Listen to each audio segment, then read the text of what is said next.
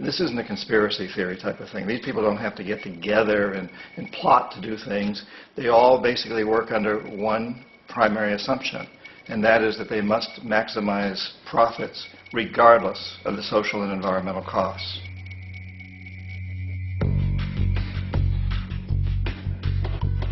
This process of manipulation by the corporatocracy through the use of debt, bribery, and political overthrow is called globalization. Just as the Federal Reserve keeps the American public in a position of indentured servitude through perpetual debt, inflation, and interest, the World Bank and IMF serve this role on a global scale. The basic scam is simple. Put a country in debt either by its own indiscretion or through corrupting the leader of that country, then impose conditionalities or structural adjustment policies, often consisting of the following. Currency devaluation. When the value of a currency drops, so does everything valued in it. This makes indigenous resources available to predator countries at a fraction of their worth. Large funding cuts for social programs.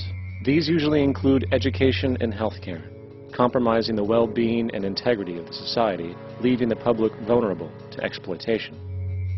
Privatization of state-owned enterprises. This means that socially important systems can be purchased and regulated by foreign corporations for profit. For example, in 1999, the World Bank insisted that the Bolivian government sell the public water system of its third largest city to a subsidy of the U.S. corporation Bechtel. As soon as this occurred, water bills for the already impoverished local residents skyrocketed. It wasn't until after a full-blown revolt by the people that the Bechtel contract was nullified. Then there is trade liberalization, or the opening up of the economy through removing any restrictions on foreign trade. This allows for a number of abusive economic manifestations, such as transnational corporations bringing in their own mass-produced products, undercutting the indigenous production and ruining local economies. An example is Jamaica, which, after accepting loans and conditionalities from the World Bank, lost its largest cash crop markets due to competition with Western imports. Today, countless farmers are out of work, for they are unable to compete with the large corporations. Another variation is the creation of numerous, seemingly unnoticed, unregulated, inhumane sweatshop factories, which take advantage of the imposed economic hardship. Additionally, due to production deregulation, environmental destruction is perpetual, as a country's resources are often exploited by the indifferent corporations while outputting large amounts of deliberate pollution. The largest environmental lawsuit in the history of the world today is being brought on behalf of 30,000 Ecuadorian Amazonian people against Texaco, which is now owned by Chevron. So today it's against Chevron, but for activities conducted by Texaco. Estimated to be more than 18 times what Exxon Valdez dumped into the coast of Alaska. In the case of Ecuador, it wasn't an accident. The oil companies did it intentionally. They knew they were doing it to save money out there rather than arranging for a proper disposal.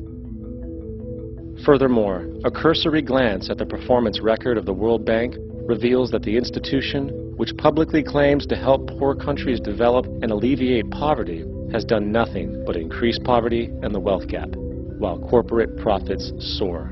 In 1960, the income gap between the fifth of the world's people in the richest countries versus the fifth in the poorest countries was 30 to 1. By 1998, it was 74 to 1. While global GNP rose 40% between 1970 and 1985, those in poverty actually increased by 17%. While from 1985 to 2000, those living on less than $1 a day increased by 18%. Even the Joint Economic Committee of the U.S. Congress admitted that there is a mere 40% success rate of all World Bank projects. In the late 1960s, the World Bank intervened in Ecuador with large loans. During the next 30 years, poverty grew from 50% to 70%. Under or unemployment grew from 15 to 70%. Public debt increased from $240 million to $16 billion. while the share of resources allocated to the poor went from 20% to 6%. In fact, by the year 2000, 50% of Ecuador's national budget had to be allocated for paying its debts. It is important to understand the World Bank is, in fact, a U.S. bank supporting U.S. interests, for the United States holds veto power over decisions, as it is the largest provider of capital. And where did it get this money? You guessed it. It made it out of thin air through the fractional reserve banking system.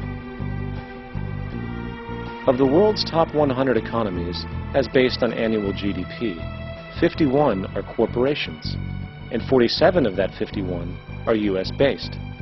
Walmart, General Motors, and Exxon are more economically powerful than Saudi Arabia, Poland, Norway, South Africa, Finland, Indonesia, and many others.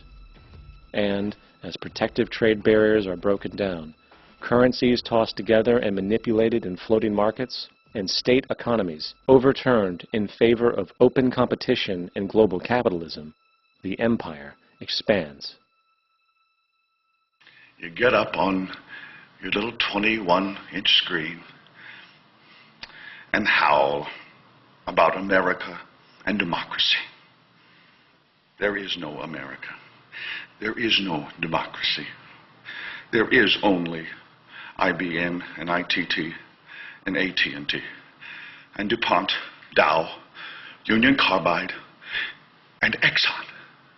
Those are the nations of the world.